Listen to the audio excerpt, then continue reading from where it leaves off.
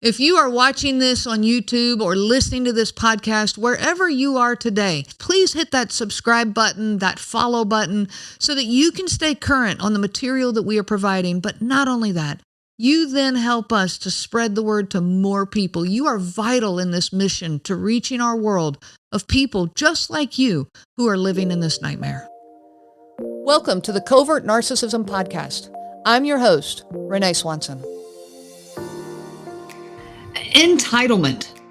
I am special simply because I am better than everyone. I am more important than everyone. I don't need a reason. I don't need, any behavior to back that up. Everyone knows I'm special and they should treat me as such.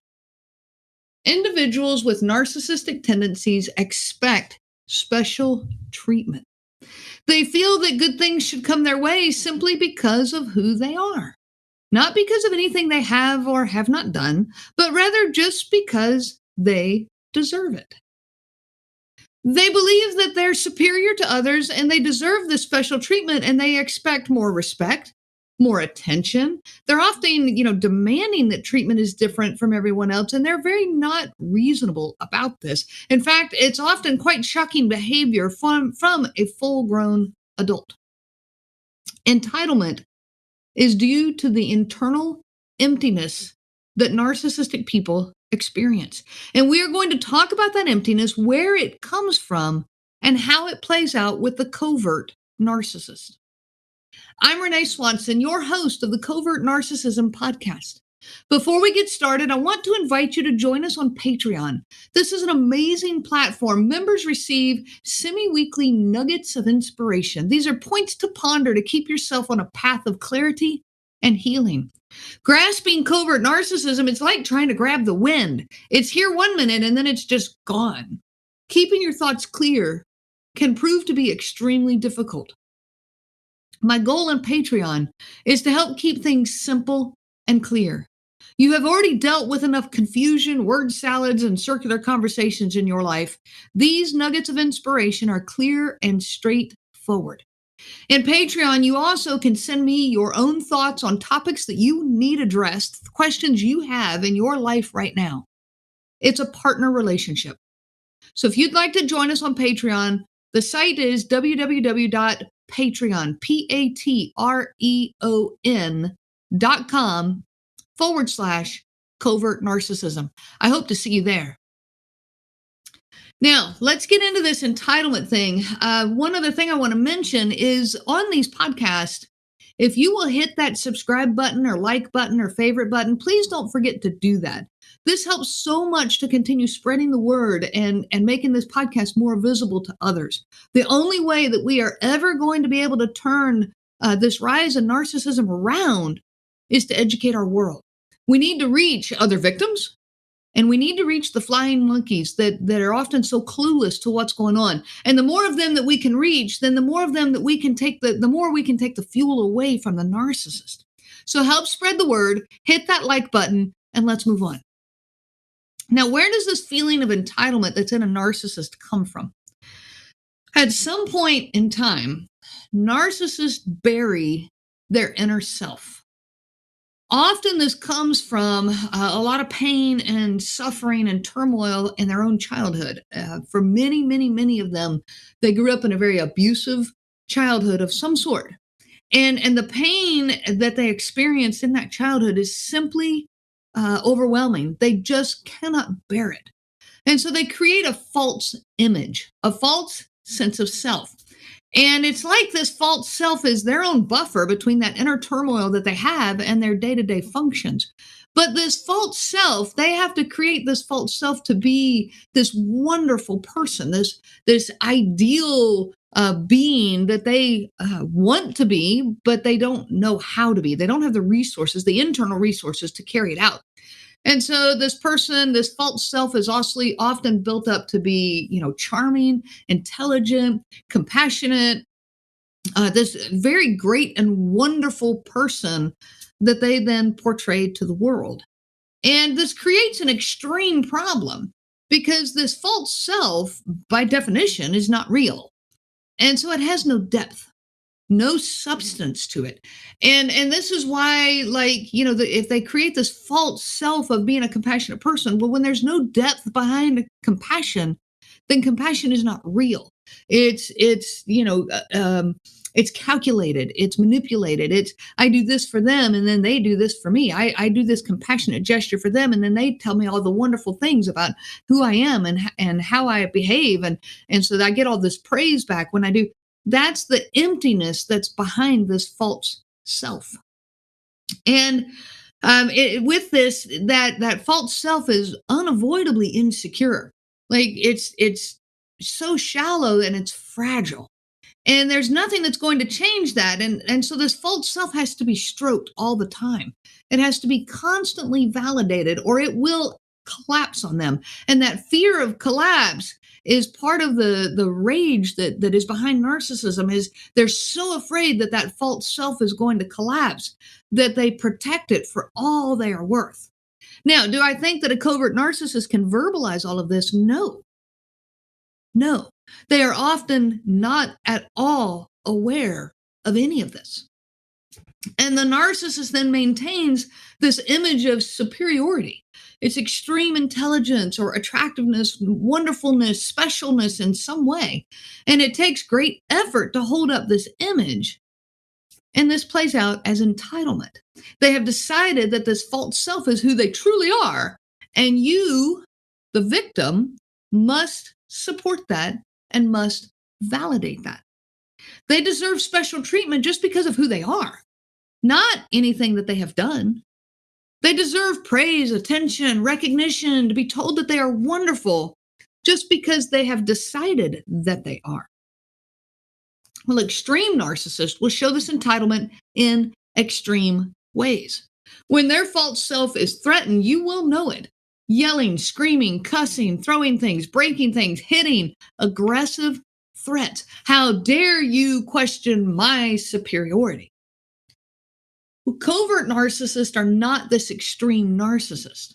A threat to their false self often does not come out so strongly, and victims often do not even know that this person is upset until they start learning the signs, to read when this covert narcissist in their life is upset. Things like sulking or going off quietly, and closing themselves in a room or staring into space. That was a big one for me. He would just stand in the room in this particular pose and stare into space, like holding this thick tension in the room. And then ultimately he would say, "Can we talk?" I hated those words. Can we talk? Victims often do not even know why the covert narcissist is upset, because you see, they're getting upset over things that you would never expect somebody to get upset about. At least that's the way it is in the beginning. Now, the more you build this relationship with this person and the more experience you get with this person, you start getting really good at anticipating what is going to set them off. But you start becoming used to that and it becomes your normal. And now you start, anticipating all the things that will set him off. And this is the way you are now living, and it's not reasonable.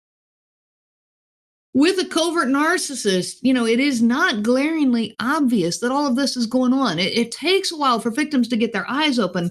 And victims will often say things like, something just doesn't feel quite right. I don't feel good around them, but I'm really not sure why.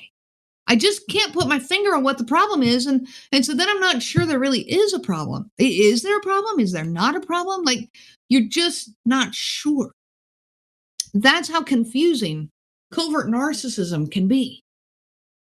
Now, let's go a little further with some of this entitlement and kind of how some of these more subtle ways play out. I'm going to give you an example. I once asked him, him being my husband at the time, and I once asked him about some cords that he had bunched up. These cords. It was behind his desk at the home, his home office desk, and these cords were all kind of bunched up together to the cords to the printer, the TV, the computer, the whatever.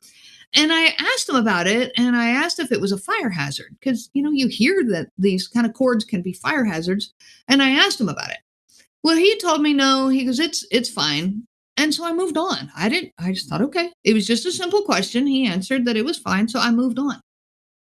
Well, later, We were with our friends, and I don't remember how it came up in conversation, but he told our friends about it. And he said that, I was all worried over it, and that he had to, convince me that it was okay. And he was acting like he was the strong one while I was the little worrier that he had to comfort, because, oh, and it bothered her so much because she worries so much. And he just kind of kept going on and on. And this kind of bothered me. I got uncomfortable. And I commented and said, no, I wasn't worried about it. I just asked you, and you answered, and I moved on. Well, he laughed it off in front of our friends and said, yeah, you just don't remember how worried you really were. And he just kind of continued a little bit. So I backed off. But later I told him, I said, I really was not worried over it. I asked you, and I moved on. He became extremely defensive now. He's telling me that I always worried. He goes, you're always worried. And I'm always the one that has to convince you that everything's okay. Because I'm the level-headed one here. And I always have to make sure that you're comforted knowing that everything was okay. And he kept talking down to me in this way. And it certainly was not true.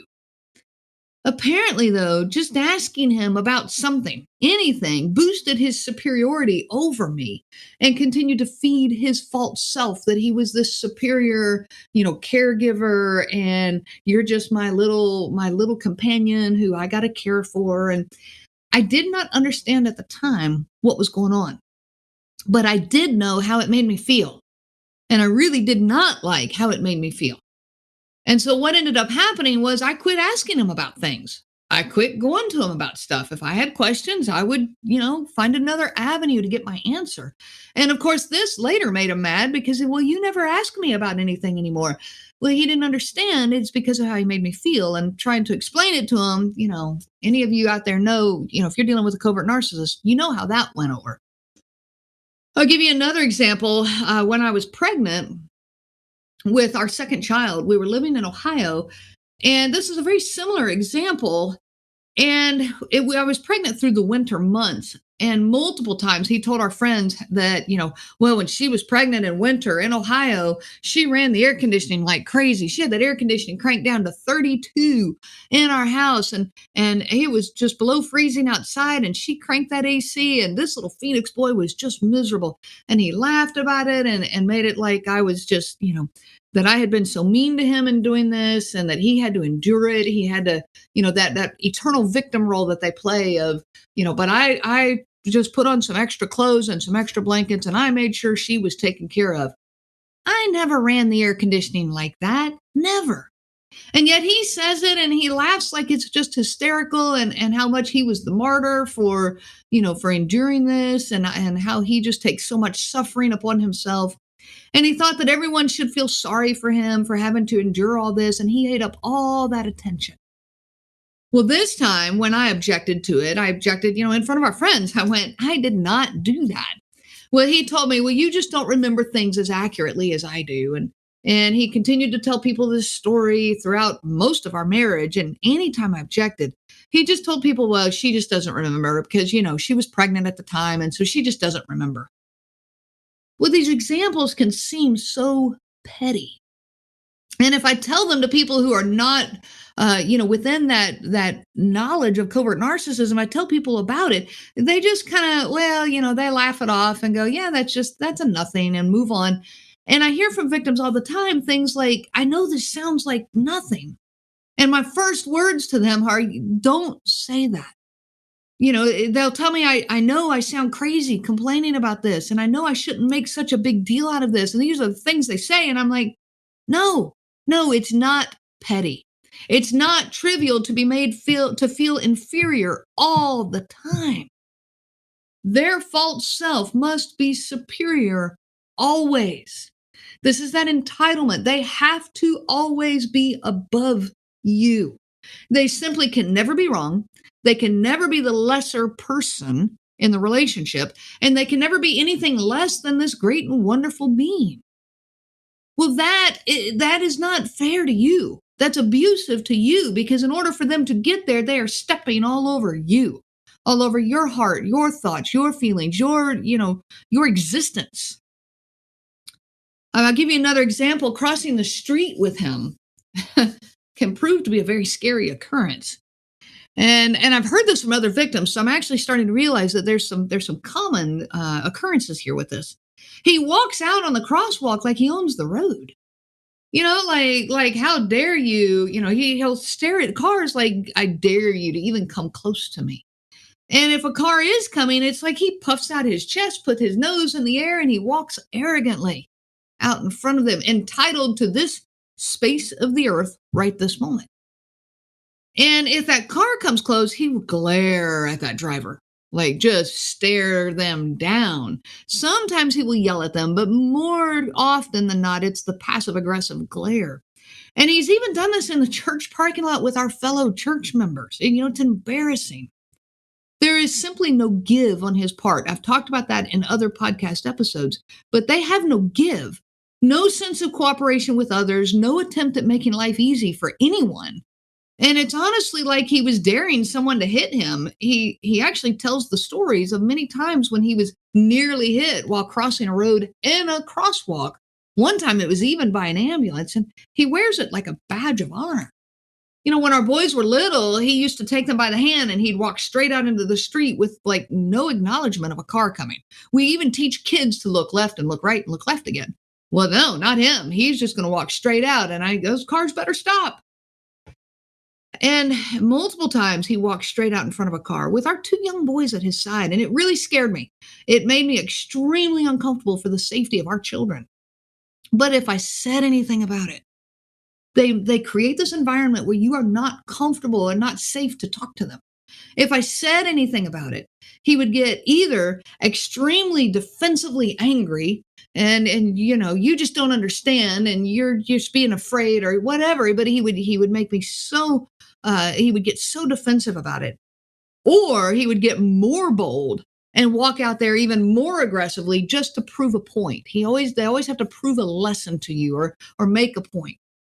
Another option, I guess, is they also would play the victim role of, well, you just don't care about me. You don't trust that I would take care of our children, and you don't trust me with them. I can't believe that you would talk to me this way. And fine, you just do all the parenting because I apparently can't do any of it right. Woe is me. You just take care of them all by yourself.